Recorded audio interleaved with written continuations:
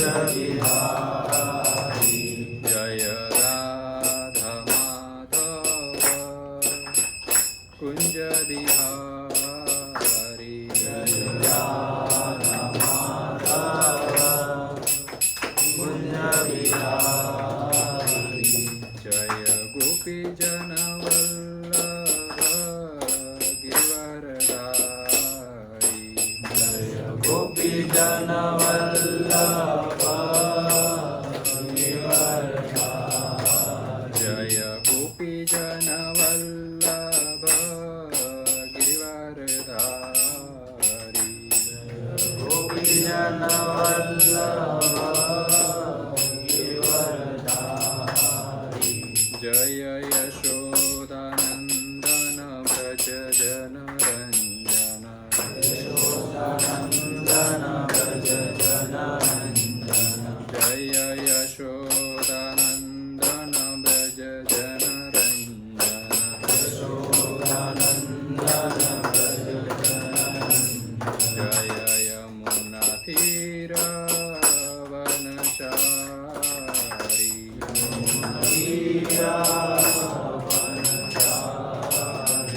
यमुना तीर वनचारी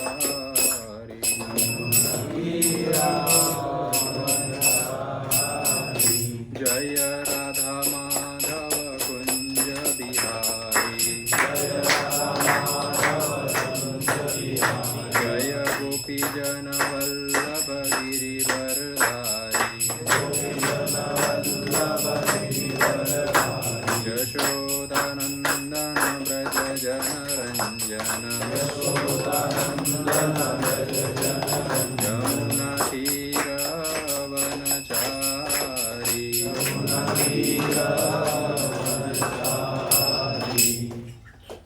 जय नित्य लीला प्रविष्ट ओम विष्णुपाद परमहंस परिव्रजक आचार्य स्तोत्र हिज डिवाइन ग्रेस हे श्री भक्ति वेदांत स्वामी श्रील प्रभुपाद की जय ओम विष्णुपाद परमहंस परिव्रजक आचार्य स्तोत्र श्री श्रीमद भक्ति सिद्धांत सरस्वती गोस्वामी महाराज प्रभुपाद की अनंत कोटि वैष्णव वृंद की नामाचार्य श्री हरदास ठाकुर की प्रेम से कहो श्री कृष्ण चैतन्य प्रभु नित्यानंद श्री अद्वैत गदाधर श्रीवासादि गौर भक्त वृंद की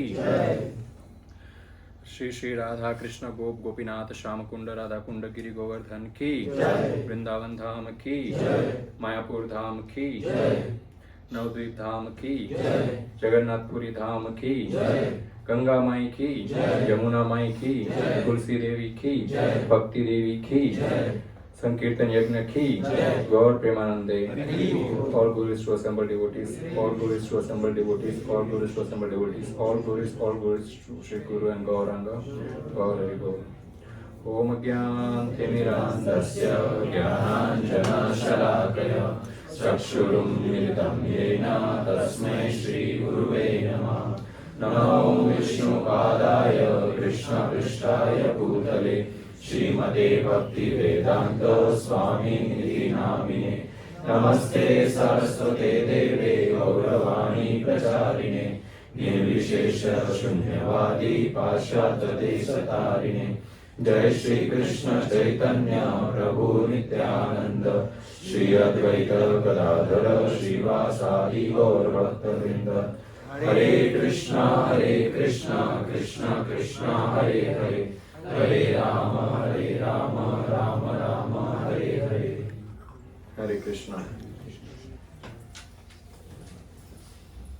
महाभारत में आप सबका स्वागत है।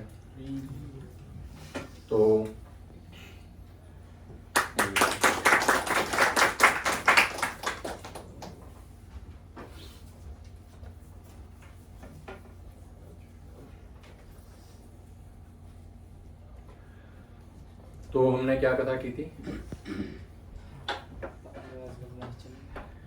पांडव वनवास के लिए रवाना हो गए थे।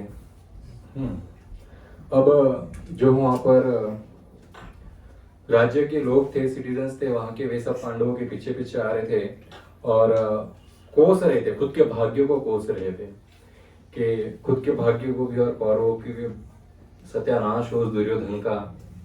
हमारे राजा यहाँ से जा रहे हैं, वास्तविक युधिष्ठिर महाराज हमारे राजा है, वे यहाँ से जा रहे हैं, हमारा तो सब कुछ लूट गया, हमारा सब कुछ खत्म हो गया। युधिष्ठिर महाराज आप आज्ञा करें, हम सब आपके साथ चलते हैं, हम सब वन में रहेंगे, वहीं खाएंगे पिएंगे, परंतु ऐसे पापी राजा के अंडर हम नहीं रहना चाहते, हम खुश रह ही नहीं पाएंगे। यहाँ पर दो कारण खुश नहीं रह पाएंगे, एक तो युधिष्ठिर महाराज और पांडव यहाँ पर नहीं है, दूसरा उनकी जगह पे दुर्योधन और पार्टी है, जिनके साथ रहना बड़ा मुश्किल है। और सिटीजन कहते हैं कि जब राजा पापी होता है तो उसके पाप का असर प्रजा को भी पड़ता है, उसका असर प्रजा को भी भुगतना पड़ता है। जब राजा पाप करता है तो फिर देवता खुश नहीं होते, देवता नाराज होते हैं तो पूरे राज्य पर प्रकोप पड़ता है। इसके वजह से हम यहाँ पर तो नहीं रहना चाहते। तो युधिष्ठिर महाराज सबसे हाथ जोड़कर निवेदन करते हैं कि मैं बहुत भाग्यशाली हूं कि आप सब जैसे लोग, आप सब जैसा राज्य मुझे मिला है, परंतु मैं योग्य नहीं हूं आप सबके प्रेम के। क्यों? मैंने सब कुछ गवा दिया है, अब मेरे पास कुछ है ही नहीं, तो मैं आपके प्रेम के योग्य तो नहीं हूं। पर मेरा आपसे एक ही अनुरोध है कि आप इस राज्य में रहिए, क्योंकि हर परिस्थिति में कुछ ना कुछ तो अच्छा होता है, या फिर अगर नहीं होता है तो एक सभ्य व्यक्ति को हर परिस्थिति में कुछ ना कुछ तो अच्छा देखकर अपना जीवन जो है वितरण करना चाहिए। युधिष्ठिर महाराज कहते हैं इस परिस्थिति में भी कुछ चीजें अच्छी हैं कि आप सिर्फ कौरवों के अंदर नहीं है, यहाँ पर भीष्म पितामह भी है आपके साथ, विदुर भी है, कुंती देवी भी है। इस प्रकार कहीं कौरव डायनेस्टी के वरिष्ठ लोग यहाँ पर है, तो आप चिंता मत करिए और आप लोग यहाँ पर रहिए, उनकी खुशी के लिए रहिए यहाँ पर। अब सिटीजन है कि आप बात मान ली युधिष्ठिर महाराज की, और वहां से वे तो रिटर्न चले गए। और अभी पांचों पांडव जो है अपने रथ पर सवार होकर धौम्य ऋषि के साथ नॉर्थ की तरफ निकलते हैं। नॉर्थ की तरफ निकलते हैं, जैसे शाम होती है तो वे गंगा के तट पर पहुंच जाते हैं, वहां पर अपने टेंट बांधते हैं। पांचों पांडव स्नान करने जाते हैं, सभी ऋषिगण अग्नि प्रज्वलित करते हैं संध्या वंदन के लिए, और संध्या वंदन के समय जो मंत्रों का उच्चारण किया जाता है वो उच्चारण करते हैं, और सब पांडव आकर वहां पर उसमें फिर हिस्सा लेते हैं। और शाम का समय है, ऑलमोस्ट अंधेरा है, और वो जो अग्नि प्रज्वलित की गई है वहां पर, उसमें उसकी रोशनी से जो ये पांच पांडव जो है शरीर से बड़े हट्टे कट्टे, और जो व्यक्ति का जीवन पवित्र होता है, जो व्यक्ति का जीवन सात्विक होता है, वो ऑटोमेटिक ही अच्छा दिखता है। रूप रंग का कोई लेना देना ही नहीं इसमें, हाइट बॉडी रूप रंग का कुछ लेना देना ही नहीं है। वो व्यक्ति के अंदर जो बोले ऑरा आता है, एक ऑरा, तो ऑरा अपने आप पॉजिटिव हो जाता है, ऑरा अपने आप दिव्य हो जाता है। तो पांचों पांडव इस अग्नि के आसपास बैठे ऐसे लग रहे थे कि कोई दिव्य आत्माएं हैं, कोई जो देवगण है, कोई सेलेस्टियल बीइंग्स है, यहां से नहीं, इस पृथ्वी से बिलोंग नहीं करते, कहीं और से आए, इस प्रकार इतने खूबसूरत दिख रहे थे वे। इस प्रकार उन्होंने अपनी रातें जो है उस गंगा के तट पर ही बिताई। अगला दिन हुआ, सुबह सुबह फिर से यज्ञ किया गया, और वहां पर सिर्फ पांच पांडव और धौम्य ऋषि नहीं थे, वहां पर हजारों हजारों ब्राह्मण उनके साथ आए थे, सब छोड़कर इंद्रप्रस्थ हस्तिनापुर सब छोड़कर जो हजारों ब्राह्मण हजारों ऋषिगण पांडवों के साथ यहाँ पर सफर कर रहे थे, वे सब वहां पर उपस्थित थे। सुबह सुबह युधिष्ठिर महाराज सबसे मिलते हैं कि, और रिक्वेस्ट करते हैं सभी ब्राह्मणों से कि हे ब्राह्मण गण, हे ऋषिगण, आपसे एक रिक्वेस्ट, आप अभी यहाँ से वापस चले जाइए, यहाँ से हम हमारी यात्रा खुद करेंगे, हम आपको साथ नहीं लेकर जा सकते। कारण क्या है? एक पहला कारण, मेरे पास आप सब अभी हजारों ब्राह्मण है वहां पर, आपको खिलाने के लिए मेरे पास कुछ है ही नहीं, क्या खिलाऊंगा मैं आपको? हमारे खुद के खाने के वांदे हैं, जंगल में कंदमूल पे हम लोग जिंदा रहेंगे, इतने ब्राह्मणों की सेवा में कैसे कर पाऊंगा, मेरा हृदय दुखेगा। ब्राह्मण कहते हैं युधिष्ठिर महाराज डोंट वरी, हम जैसे तैसे खा पी के अपना गुजारा कर लेंगे। युधिष्ठिर महाराज कहते हैं आप कैसे गुजारा करेंगे? जंगल बहुत भयानक है, वहां पर भयानक भयानक राक्षस रहते हैं, भयानक जानवर रहते हैं, तो बड़ा डेंजर जगह है, आप जैसे ब्राह्मण ऋषियों के लिए ऐसे घनघोर जंगल में आपको नहीं आना चाहिए। तो वहां पर शौनक, अभी ये सब ब्राह्मण शौनक ऋषि उनको लीड कर रहे थे, तो उन सब ब्राह्मणों के बिहाफ पे शौनक ऋषि कहते हैं कि आप जिस अवस्था में रहेंगे युधिष्ठिर महाराज, उसी अवस्था में हम भी रहने के लिए तैयार है। युधिष्ठिर महाराज कहते हैं सत्यानाश हो धृतराष्ट्र के पुत्रों का। आज तक कभी गलत नहीं कहा उन्होंने धृतराष्ट्र के पुत्रों को, आज कहा। क्यों कहा युधिष्ठिर महाराज ने सत्यानाश हो धृतराष्ट्र के पुत्रों का? युधिष्ठिर महाराज कहते हैं जब मैं इंद्रप्रस्थ में था तब दिन के 100 हजारों ब्राह्मणों को मैं खाना खिलाता था, आज चंद कुछ ब्राह्मणों को खिलाने के लिए मेरे पास नहीं है। ये अवस्था मेरी कौरवों की वजह से हुई है। ये उनको चिंता नहीं है, सब कुछ छीन लिया गया है, अब मैं जंगल में हूं, हम कैसे रहेंगे उसकी कोई परवाह नहीं है। वो भक्तों की सेवा नहीं कर पा रहे, इसलिए उनको फाइनली युधिष्ठिर महाराज को क्रोध आया। क्यों भक्तों की सेवा नहीं हो पाएगी? उनके वजह से, अदरवाइज सब ठीक था, चलता था तब तक। अब शौनक ऋषि कहते हैं कि युधिष्ठिर महाराज आप चिंता मत करिए, आप धन के बारे में, अपने महल के बारे में, जो सब कुछ छीन गया है उसके बारे में चिंता मत करिए, क्योंकि जो राज्य होता है, जो अपनी फेम, नेम और फॉलोअर्स होते हैं एक संसार के, इस चीज से जो आसक्त रहता है वो सदैव दुखी रहता है। और युधिष्ठिर महाराज ये सब तो आपके पास आके चला गया है, जिसके पास आया नहीं है वो चिंता करे तो अलग बात है, कह रहे यार मेरे पास अभी तक धन नहीं आया, अभी तक घर नहीं आया, अभी तक फॉलोअर्स नाम कुछ है ही नहीं। आपके पास तो सब कुछ आके चला गया है, अब आपका समय है कि आप आध्यात्मिक जीवन का पालन करिए। और आप, हम ब्राह्मणों की चिंता मत करिए, हमको आपका राज्य का खाना पीना नहीं चाहिए, उससे हमारा पुष्ट नहीं होता है। आप पांचों भाई जब धर्म के रास्ते पर चलेंगे, तपस्या करेंगे, भक्ति करेंगे, उससे हम ब्राह्मणों का पोषण होगा, उससे हमको वास्तविक खुशी होगी। आपके धन के लिए हम यहां पर नहीं आए हैं। युधिष्ठिर महाराज बड़े ध्यान से इस शौनक ऋषि के ज्ञान को सुनते हैं और अग्री भी करते हैं, परंतु फिर भी युधिष्ठिर महाराज कहते हैं कि मेरा तो धर्म है कि ब्राह्मणों की मैं सेवा करूं। ये एक ग्रस्त, अभी मैं ग्रस्त हूं, मेरे 5 भाई और यहाँ पत्नी है, तो मेरा धर्म है, एक ग्रस्त का धर्म है कि वो अपने परिवार का पालन पोषण करे, भक्तों का पालन पोषण करे, साधुओं का पालन पोषण करे। ये 3 चीजों का जब मैं पालन पोषण करूं तो ही मैं धर्म के रास्ते पर चल पा रहा हूं। आप कह रहे हैं कि आप धर्म के रास्ते पर चलिए, आप जब मेरे साथ भूखे रहेंगे तो मैं धर्म के रास्ते पर कैसे चलूंगा? ये तो मुझे पाप लगेगा, मैं धर्म का विद्रोह कर रहा हूं, धर्म के खिलाफ जा रहा हूं। यहाँ पर ब्राह्मण भूखे बैठे हैं। शौनक ऋषि इत्यादि समझाते हैं कि आप उस बात की चिंता मत करिए, और बहुत अच्छा आध्यात्मिक ज्ञान देते हैं। महाभारत में बहुत विस्तार में लिखा हुआ है। युधिष्ठिर महाराज शौनक ऋषि की बात को एक्सेप्ट कर लेते, ठीक है अभी ये ब्राह्मण तो नहीं मानने वाले, तो साथ में आगे आएंगे, ठीक है आ जाइए, आपकी इच्छा। परंतु एक ग्रस्त क्षत्रिय भक्त होने के नाते मेरा तो धर्म है कि आप आ रहे हैं जैसे तैसे, आपको तो मैं खाना खिलाऊंगा ही, आपको बिना खाए तो मैं रख ही नहीं पाऊंगा, हम भले खाए ना खाए। तब वे धौम्य ऋषि के पास जाके रिक्वेस्ट करते, अभी आपने सब देखा है, ये सब ऋषिगण तो हमें छोड़ेंगे नहीं, हमारे साथ आएंगे। मुझे बहुत खुशी है कि इतनी ब्राह्मण और ऋषि साधुओं का मुझे जंगल में 12 साल तक संग मिलेगा, इससे उत्तम बात तो कोई हो नहीं सकती है। परंतु धौम्य ऋषि, मुझे तो इस बात की चिंता है, मैं उनको खिलाऊंगा क्या? आप अभी कुछ कृपा करिए और कुछ तो करिए कि इनसे 12 साल तक मैं इनका पालन पोषण कर सकूं।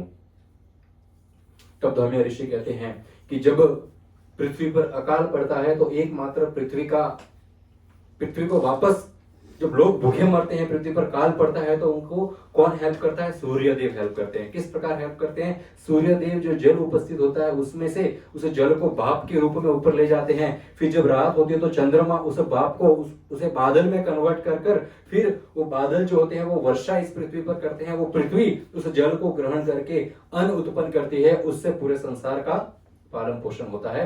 क्यों? क्योंकि सूर्य नारायण भगवान फर्स्ट स्टेप उठाते हैं कि इस यहां से पानी को ऊपर लेके जाना है। जैसे अपने स्कूल में पढ़ा ही होगा, तो बोले आप सूर्य नारायण की उपासना करिए, सूर्य देव की, सूर्य भगवान की उपासना करिए, उनकी मदद से आप इन सबका पालन पोषण कर सकते हैं। तो ये सूर्य भगवान की उपासना करने के लिए 108 नाम सूर्य देव के देते हैं वे, और वेदों के कुछ ऐसे मंत्र जिससे सूर्य देव का आह्वान और उनको प्रसन्न किया जाता है वो देते हैं।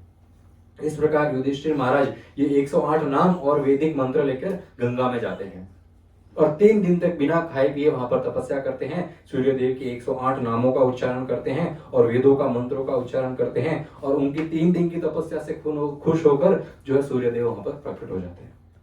सूर्य देव उनसे प्रकट होते हैं, बोलते कि मैं आपको आशीर्वाद देता हूं कि 12 साल तक आपको खाने की कोई कमी नहीं होगी, आप जहां पे भी रहेंगे आपको खाना मिलेगा ही मिलेगा। कैसे मिलेगा?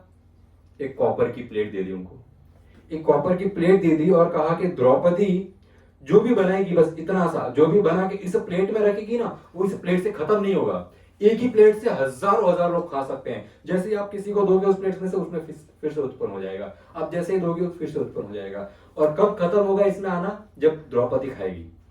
तो जब द्रौपदी, तो दिया ये द्रौपदी को दिया उन्होंने, जब ये वैसे द्रौपदी ने एक जन का खाना बनाकर उसमें डाला तो हजारों ब्राह्मण उस एक प्लेट से सबको परोस दिया और प्लेट में खाना खत्म नहीं हुआ। एंड में द्रौपदी ने खाना खाया, पांडवों ने खाया, और एंड में द्रौपदी ने खाया तो फिर वापस उत्पन्न नहीं हुआ। फिर अगले दिन वापस तो द्रौपदी के खाने पर वो खत्म होगा, वहां पर तब तक खत्म नहीं होगा उसमें से।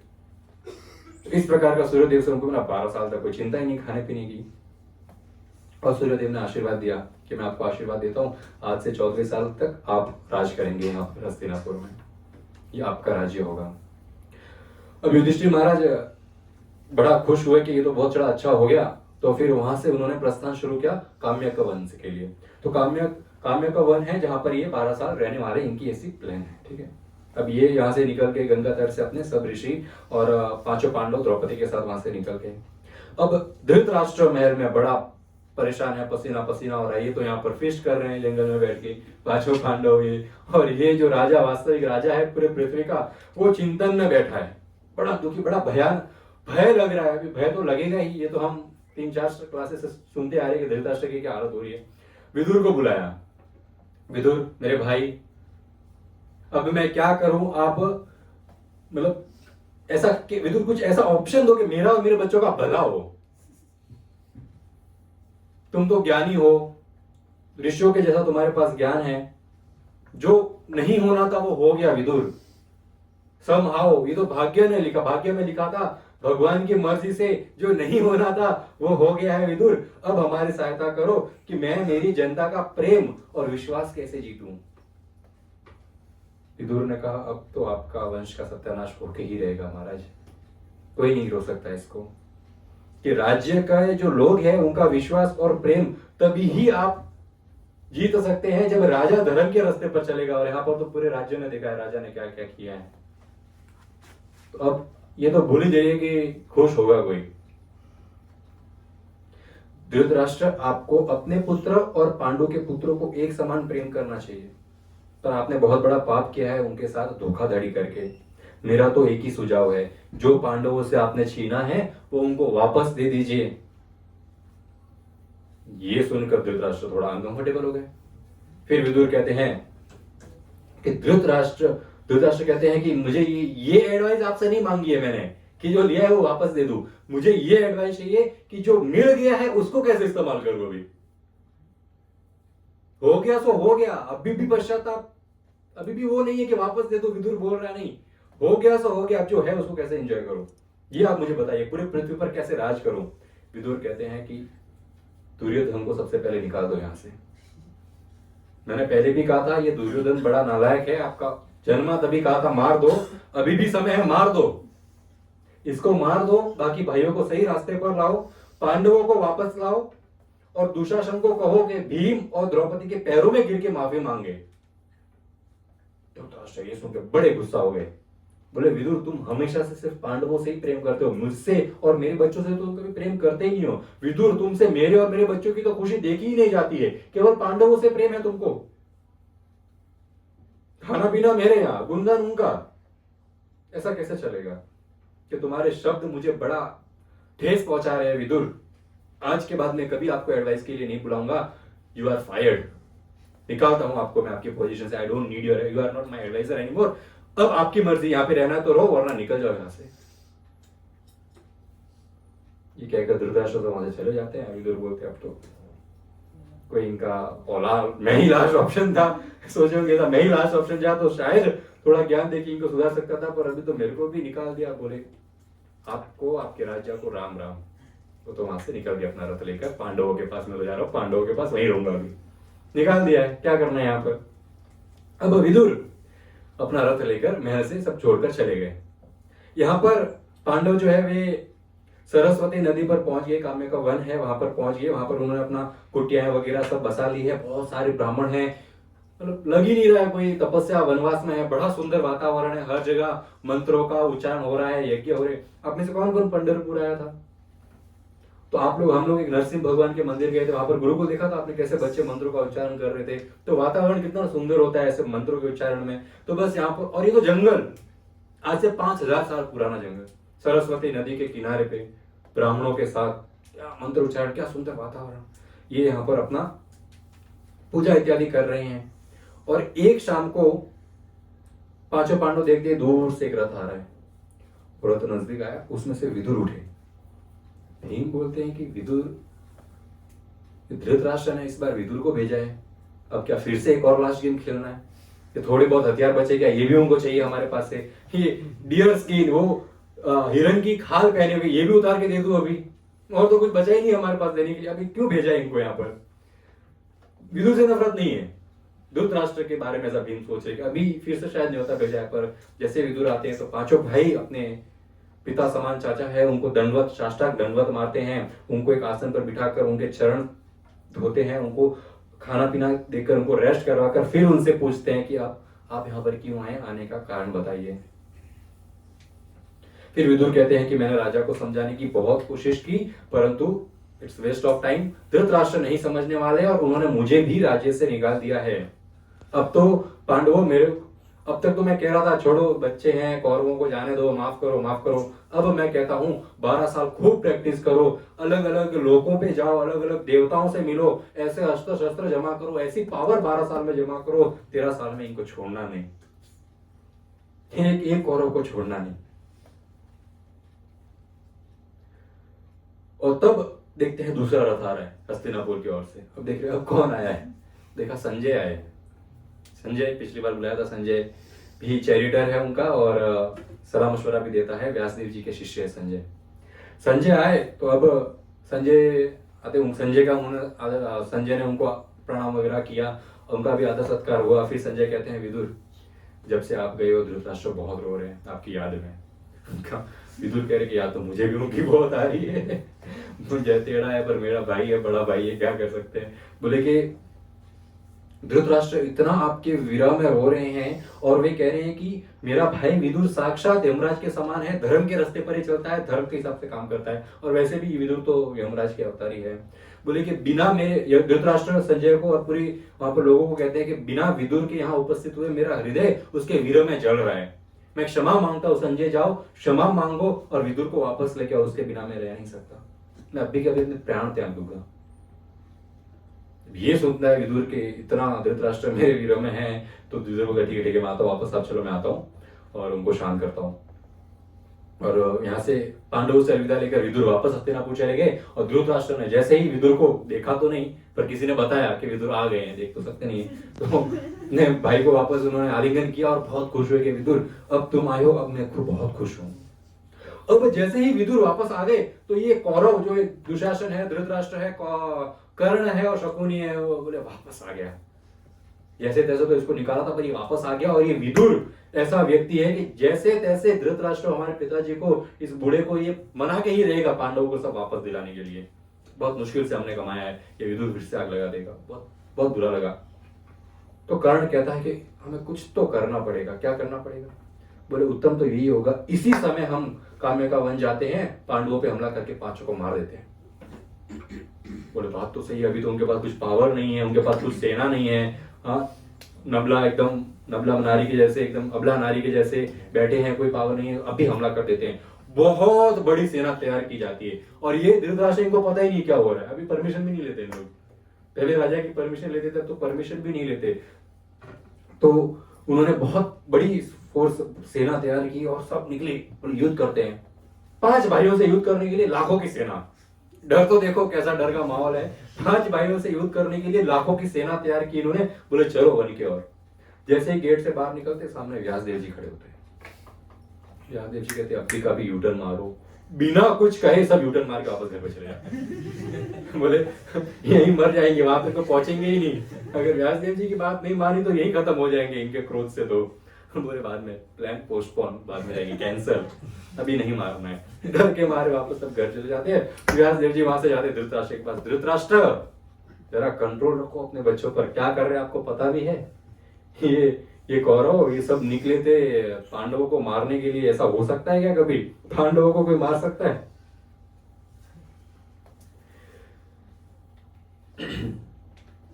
अभी धृतराष्ट्र पूछते हैं व्यासदेव जी से, अभी आप मुझे सजेस्ट करिए मैं क्या करूं, जो हो गया सो हो गया, नाउ यू गाइड मी, जो भी आ रहा है मदद मांग रहे हैं। तो व्यासदेव जी कहते हैं, धृतराष्ट्र से पहले तो कहते हैं धृतराष्ट्र बेटा आपने बहुत गलत किया है, मेरे लिए आप लोग और पांडव एक समान है, मैं आप में और पांडवों में भेद नहीं देखता हूं। ऐसा व्यासदेव जी कहते हैं दुर्योधन को, दुर्योधन तुम में और पांडवों में मैं भेद नहीं देखता हूं, तुम सब मेरे पोते हो, परंतु मेरा हृदय उनके तरफ ज्यादा इंक्लाइंड रहता है। क्यों? उनके साथ बहुत गलत हुआ है और तुम लोग ने गलत किया, इसलिए तुम लोग के ऊपर मुझे गुस्सा आता है। और मैं अभी भी कहता हूं कि 13 साल बाद वो आकर तुमको मार देंगे, कृपया अभी ही जो लिया है दे दो वापस। सुनते नहीं है, दुर्योधन तो नालायक है, अभी धृतराष्ट्र कहते हैं कि कुछ सुझाव। व्यासदेव जी कहते हैं एक ऑप्शन है। क्या ऑप्शन है? बोले दुर्योधन को जंगल भेजिए और ये 13 साल तक पांडवों की सेवा करे। बोले असंभव, ये तो पॉसिबल ही नहीं है। 13 साल और दुर्योधन सेवा करेगा वहां पर? बोले हाँ करने बोलो, यमराज युधिष्ठिर महाराज बड़े दयालु है, वो माफ भी कर देंगे अगर प्रेम भाव से सेवा की तो, पर दुर्योधन तो मानने वाला है नहीं। तो व्यासदेव जी धृतराष्ट्र कहते हैं मैं तो यहां से चलता हूं, मैत्रेय ऋषि आने वाले थोड़ी देर में, उनको गुस्सा मत दिलाना, वो जैसा कहे वैसा आप अपना निर्णय लेना, सब चंगा होगा, सब ठीक होगा। अब जैसे ही व्यासदेव जी चले जाते हैं तो मैत्रेय ऋषि वहां पर आ जाते हैं। मैत्रेय ऋषि तो अगर गुस्सा आ गया तो छोड़ेंगे नहीं किसी को, तो वहां पर उनका सत्कार किया जाता है, बिठाया जाता है। अभी मैत्रेय ऋषि ऑलरेडी पांडवों से मिलकर आ रहे हैं, पांडवों से मिलकर मैत्रेय ऋषि यहाँ पर आ रहे हैं। और धृतराष्ट्र कहते हैं कि मैत्रेय ऋषि से हाथ जोड़कर कहते हैं कि अभी आपसे एक ही विनती है, मेरे बच्चों में और पांडु के बच्चों में मित्रता करवाइए। ऐसा कुछ करिए कि उन दोनों भाइयों के बीच में प्रेम हो जाए, किसमें? पांडव और कौरव में। तो मैत्रेय कोशिश करते हैं, बोले दुर्योधन को मैं थोड़ा समझाता हूँ, व्यासदेव जी की बात मानी नहीं, विदुर की, किसकी बात मानता ही नहीं ये बंदा, बड़ा ढीठ है। मैत्रेय ऋषि ने बोला मैं समझाता हूँ, दुर्योधन बेटा आपके भले के लिए कह रहा हूं कि पांडवों से दोस्ती कर लो, आपने सही नहीं किया पांडवों के लिए, पांडवों से दोस्ती कर लो। और युधिष्ठिर महाराज बहुत शक्तिशाली है, आप उनको कभी नहीं मार पाओगे। अब दुर्योधन ये सुनता है तो कोई जवाब ही नहीं देता है और ऐसा करता है, फिर अपना पैर ऐसे फैलाता है मैत्रेय ऋषि के सामने और अपनी धोती ऊपर करता है, अपनी थाइस दिखाता है, फिर अपने थाइस पे ऐसे मारता है और फिर एक जोर की अंगड़ाई लेता है मैत्रेय ऋषि के सामने और ऐसा ऊपर नीचे देखता है। मतलब कंप्लीटली इग्नोर तो कर रहा है उनकी बातों को और ये संकेत भी कर रहा है कि आई डोंट केयर, और डिसरिस्पेक्ट भी कर रहा है और अनबॉदर्ड हूं, बोर हो रहा हूं, ये ऐसा संकेत दे रहा है कि आपकी बातों से मेरे को बोर हो रहा है। और मैत्रेय ऋषि ने जब ये देखा वो इतना गुस्सा हुए, वहां से खड़े हुए, अपने कमंडलू से उन्होंने पानी लिया, अपने ब्राह्मण थ्रेड को अंगूठे में बांधा, बोले इस समय श्राप देता हूं, 13 साल बाद तू ये जान जो मुझे दिखा रहा है अपनी थाइस, इसी को जो भीम है इसको गधे से कूट कूट कर तेरी जान तोड़ेगा। ये जिस प्रकार भीम ने जरासंध की पैर जो जांघें तोड़ी थी, तेरी जांघें भी उसी तरह तोड़ जाएगी। जिस प्रकार भीम ने उस हिडिंबा राक्षस को मारा था, तुझे भी उसी प्रकार मारेगा। अभी दुर्योधन को कोई फर्क नहीं पड़ रहा है, लीस्ट बॉदर्ड व्यक्ति है। धृतराष्ट्र बोलते माफ कर दो भाई, माफ कर दो मैत्रेय ऋषि, इसके साथ इसके जगह मैं माफी मांगता हूं, कुछ सुझाव दो यार, ऐसा मत करो, ऐसा श्राप दे दिया मर जाएगा। अभी वो तो श्राप दे नहीं दे, मरने वाला तो है ही वो। मैत्रेय ऋषि बड़े गुस्सा हो गए कि जिस प्रकार हिडिंबा को मारा, जिस प्रकार बका को मारा, जरासंध को मारा, जिस प्रकार किरमिरा राक्षस को मारा, उस किरमिरा राक्षस के जैसे तेरे को भी मारेगा। ये सब राक्षसों के बारे में सुना था कि भीम ने हाँ इतने इतने राक्षस को मारते। धृतराष्ट्र कहते हैं किरमिरा कौन है, इसको कैसे मारा था बताओ जरा। क्यों भविष्य में इसके बेटे को भी ऐसे ही मारने वाले हैं ना, तो जरा देखो कैसे मेरा बेटा मरने वाला है। अब मैत्रेय ऋषि इतने गुस्से में बोले ये तुमको ये राक्षस की स्टोरी सुननी है इस समय, यहाँ पर क्या चल रहा है, तुम्हारा बेटे क्या कर रहे हैं, तुमको फर्क नहीं पड़ रहा है। अगर कैसे मारा किरमिरा को सुनना है विदुर से सुनो, विदुर अभी वहां से आ रहे ना, विदुर बताएगा किरमिरा को कैसे मारा है। ठीक है, अगर ये तो वहां से चले जाते हैं। धृतराष्ट्र बोलते विदुर कैसे मारा जरा बता, किरमिरा को कैसे मारा जरा डिटेल में बता मेरे को। ऑलरेडी डरे हुए हैं तो अभी डर के साथ थोड़ा और डर। विदुर बोलते हैं कि राजन ये उस रात की बात है जब पांडव बस काम्यका वन में एंट्री कर ही रहे थे, गंगा से प्रस्थान कर लिया था, कुछ दिनों बाद शाम के समय काम्यका वन में एंट्री किए। चारों भाई, बीच में द्रौपदी, आगे धौम्य ऋषि और कुछ पीछे बाकी सब ब्राह्मण, ये सब जैसे ही काम्यका वन में फॉरेस्ट किए तो हर जगह आंधी सी आने लगी। और इस आंधी में उन्होंने दूर देखा एक विशाल विशाल वृक्ष जिसके बड़े बड़े हाथ और उसके जो पत्ते थे वो कॉपर के कलर के थे और उसमें से आग प्रकट हो रही थी। और फिर वो वृक्ष इतना जोर से रोया कि द्रौपदी बहुत घबरा गई, पांडव भी घबरा गए, इतना जोर से वो वृक्ष रोया। वृक्ष इतना जोर से चिल्लाया, इतना जोर से वो वृक्ष रोया कि इर्द गिर्द जितने पक्षी थे अपने पेड़ों से गिर के मर गए। जो बड़े बड़े भयानक जानवर उस जंगल में रहते थे वो डर के भाग गए, ये वृक्ष इतना रोया। और धृतराष्ट्र, अरे युधिष्ठिर महाराज और ये पांचों पांडव, द्रौपदी, सब कंफ्यूज हो गए कि ये हो क्या रहा है। तब धौम्य ऋषि ने अपने कमंडलू से जल निकाला और मंत्रों का उच्चारण करके फेंका, तो जितनी धूल थी आसमान में, जो सब कुछ ढक दिया था, वो साफ हो गई, सब जमीन पर बैठ गई। और देखा सामने वो जो वृक्ष था वो और कोई नहीं, वो किरमिरा बहुत बड़ा विशाल राक्षस था। अपने वो जो बड़े बड़े उसके टहनियां थी वो उसके हाथ थे, और जो पत्ते थे वो उसके बाल थे, और जो आग थी वो आंखों से निकल रही थी। और वो दो हाथ फैलाए पांडवों की ओर भागते हुए आया उनको मारने के लिए। पूरी सभा में बैठे धृतराष्ट्र, 100 कौरव, जो भी राजा उनके साथ थे, भीष्म पितामह, सब बैठे, सब सुन रहे हैं कि किरमिरा कौन है। तो द्रौपदी ने जब ऐसे भयानक राक्षस को देखा, वो तो डर के मारे अपनी आंखें बंद कर दी। युधिष्ठिर महाराज पूछते हैं राक्षस को कि आप कौन हैं और आपको क्या चाहिए। तभी किरमिरा राक्षस कहते हैं कि मैं बका का भाई हूं।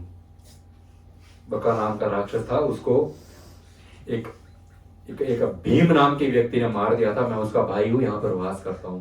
आप लोग कौन हैं? युधिष्ठिर महाराज कहते हैं मैं युधिष्ठिर, ये वही भीम जिसने आपके भाई को मारा था। ये अर्जुन, सहदेव, नकुल और ये सब हमारे साथ है मेरे पर। तो ये किरमिरा इतना खुश होता है कि मैं कहीं सालों से भीम को ढूंढ रहा था, मुझे अभी भी मेरे भाई का बदला लेना है। जिस प्रकार उसने मेरे भाई को पटक पटक के मारा था, मैं भी भीम को पटक पटक के मारूंगा। मैं जंगल में वास ही इसलिए करता हूं कि जो बेवकूफ व्यक्ति कोई यदि यहां से गुजरे तो मैं उसको पकड़ के खा लेता हूं। और आज तो सामने से भीम आ गया, बोले आनंद ही आनंद, वो भी पांडव राजा, अरे वाह, रॉयल ब्लड, खाने पीने में तो आनंद आएगा, भीम को तो मैं बहुत मारूंगा। राक्षस कहता है। ये सुनकर युधिष्ठिर महाराज पहले हंसते हैं। तो तुम में से भीम कौन है, ऐसा बोले कौन है, और एक दूर से सटाक एक पेड़ आता है, फट मुंह पे लग। भीम बोलता है मैंने फेंका है, पेड़ उखाड़ के। तो बड़ा हिम्मत, मेरे ऊपर पेड़ फेंका, ये पेड़ लेके उठा। किरमिरा ये पेड़ उठा के फेंकता है 2 हाथों से। भीम उस पेड़ को अपने हाथों से तोड़ देते, दूसरा पेड़ उठा के फेंकते हैं, और सब पांडव वगैरह सब साइड में हो जाते हैं। वो इन दोनों को लड़ने दो, इनका ओल्ड बिजनेस है, थोड़ा सेटअप करने दो, हम साइड में जाते हैं। तो यहाँ पर ये पेड़ उठा के फेंक रहा है, यहाँ से वो पेड़ उठा के फेंक रहा है, ये पेड़ एक दूसरे को धक्का मार रहे मार। अभी किलोमीटर दूर दूर तक का जो पूरा जंगल था साफ हो गया, एक पेड़ नहीं बचा है वहां पर। एक दूसरे के ऊपर फेंक के डिफोरेस्टेशन क्या होते उसको, वो हो गया वहां पर। तो बोले अब क्या फेंकेंगे, पत्थर उठाना शुरू किया। अभी पेड़ चले गए तो जमीन में से पत्थर उठा के फेंके एक दूसरे को, पत्थर भी खत्म हो गए। अब एक दूसरे के हाथ पकड़े, भीम इसको गला पकड़ के मार रहा है, ये किरमिरा इसको गला पकड़ के मार रहा है। पूरी सभा ध्यान से सुन रही है कैसे फाइट हो रही है। बोले बड़ा भयानक राक्षस, बहुत पावरफुल। ऐसा लग रहा था कि भीम तो उसको मार ही नहीं पाएगा, भीम तो मार ही नहीं पाएगा। ये सुनकर धृतराष्ट्र को बड़ी खुशी हुई कि भीम भी नहीं मार पाता ऐसे राक्षस को। तो बोले कुछ तो चांस है मेरे बच्चों का बचने का शायद। पर राजन, फिर भीम ने सोचा ये राक्षस किरमिरा नहीं, ये दुर्योधन है। उस राक्षस में इसको दुर्योधन की छवि नजर आई, और इसकी भीम की पावर दुगनी हो गई। और दुशासन के जो शब्द थे, जो हृदय को चुभते थे, वो शब्द भीम ने याद किए। ये राक्षस के मुख से निकल कुछ और आता है, इसको सुनाई वो दुर्योधन के शब्द लग रहे थे। और ये जोर से सुना, भीम ने जोर से दहाड़ा, दुर्योधन मैं तुझे छोड़ूंगा नहीं। दुर्योधन यहाँ डर कांप रहा है, बोले मैं तो था भी नहीं वहां पर, फिर भी मेरा नाम ले लेके मार रहे राक्षस को। बोले भीम ने जोर से छलांग मारी और उस किरमिरा राक्षस को गले से पकड़ा, जमीन पे फेंका, कोनी से कमर तोड़ दिया, फिर पैर से उठा के घुमाया, यूं घुमाया और इधर पटक रहे उधर, सब कांप रहे धृतराष्ट्र। बोले ऐसे मारेगा ये मेरे बेटे को, बाप रे।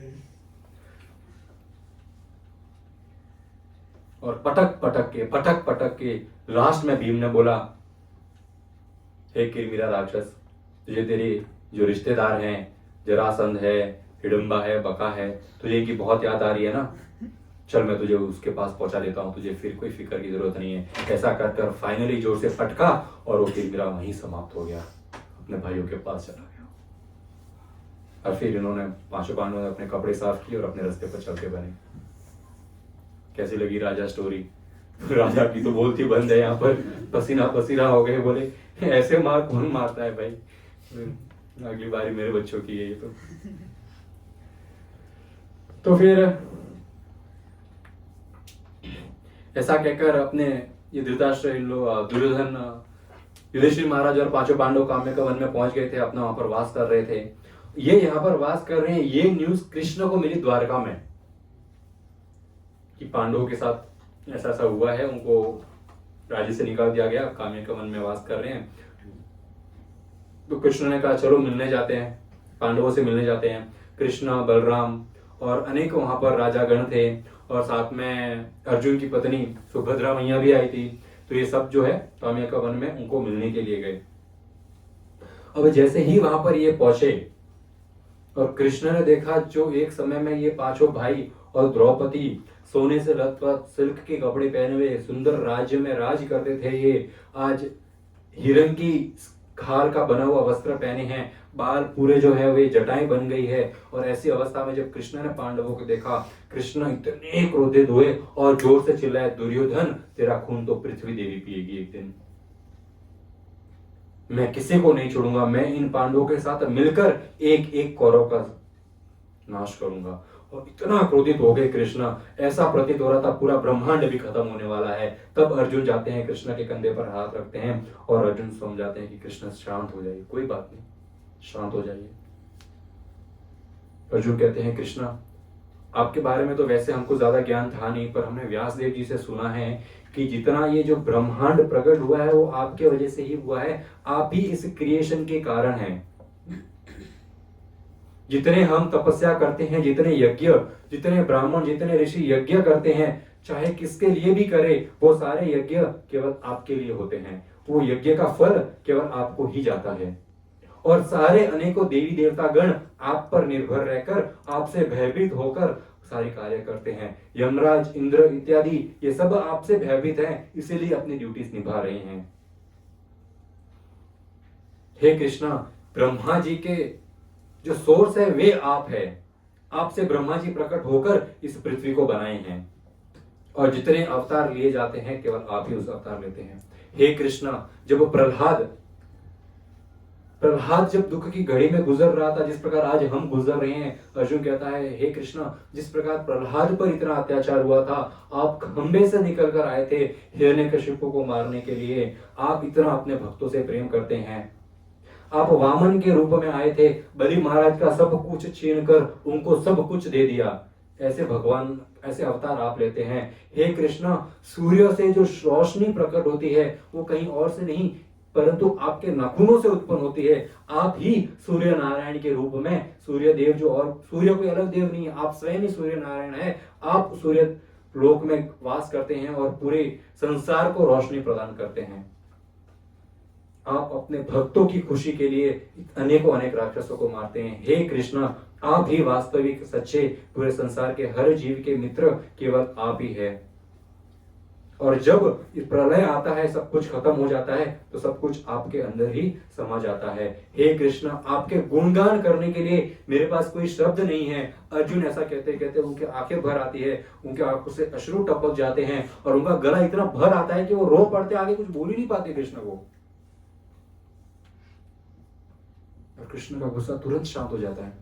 कृष्ण अर्जुन को आलिंगन करते हैं, अर्जुन को कहते हैं आप मेरे सच्चे मित्र हैं। मेरे एक अवतार में नर नारायण जो मेरा अवतार था उसमें नर आप, मैं नारायण हूं। आप में और मुझ में कोई भेद ही नहीं है, बस संसार जान नहीं सकता। हे अर्जुन, जो आपका मित्र है वो मेरा परम मित्र है, जो आपका शत्रु है वो मेरा परम शत्रु है।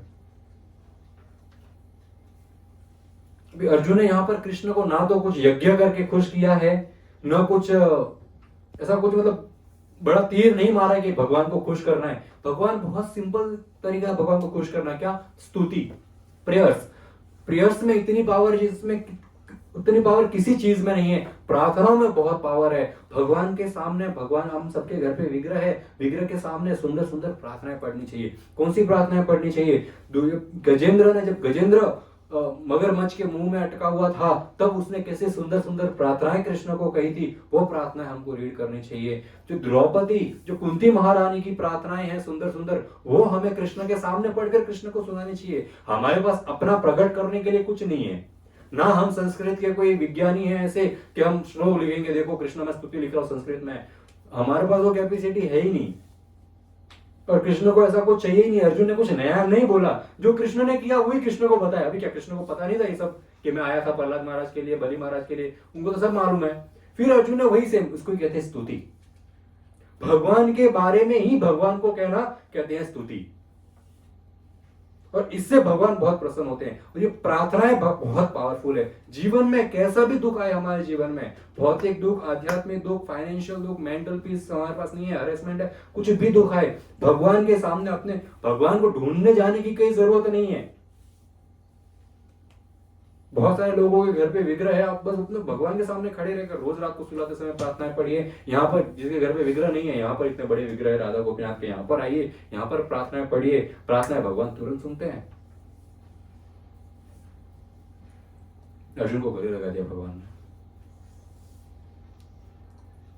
आप मेरे परम मित्र है अर्जुन, आपसे प्रिय मुझे, आपसे अधिक प्रिय मुझे और कोई नहीं है। और फिर कृष्ण देखते हैं द्रौपदी को। वो द्रौपदी एक राजकुमारी, पांचाल देश की राजकुमारी, द्रुपद राजा की पुत्री, ऐशो आराम में पली बड़ी है, कभी जीवन में कष्ट नहीं देखा है, और कोई साधारण स्त्री नहीं है द्रौपदी, अग्नि से प्रकट हुई है वो भाई, ऐशो आराम में रही है। और कृष्ण भी वहां इतना रहे हैं, इंद्रप्रस्थ में वहां पर इतना रहे हैं द्रौपदी और पांडवों के साथ, तो उनका स्पेशल अफेक्शन है द्रौपदी के प्रति। और द्रौपदी को जब ऐसी अवस्था में देखते हैं, जब द्रौपदी कृष्ण को देखती है तो जाके कृष्ण के चरणों में गिरकर बहुत रोती है, हे कृष्ण,